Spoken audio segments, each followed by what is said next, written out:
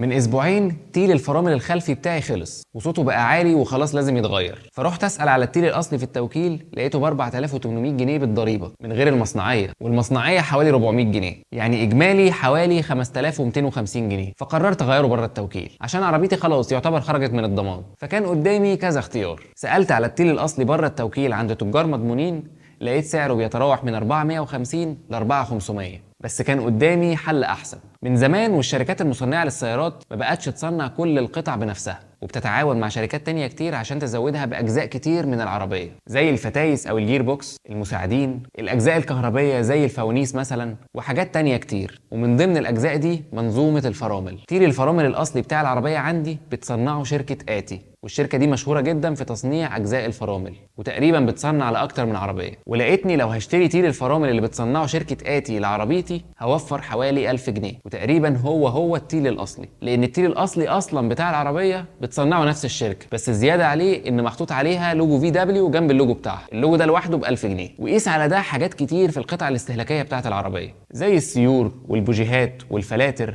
اوقات كتير القطعه دي بتبقى زيها زي الاصلي بالظبط، وكمان ارخص، واوقات طبعا بتبقى اقل كفاءه وبتشتغل فتره اقل او كيلومتر اقل. السؤال هنا بقى، لو انت قدامك الاختيار تختار القطعه الاصليه ولا تجيبها من ماركه تانية معروفه ومضمونه؟ مستنيكوا في الكومنتات.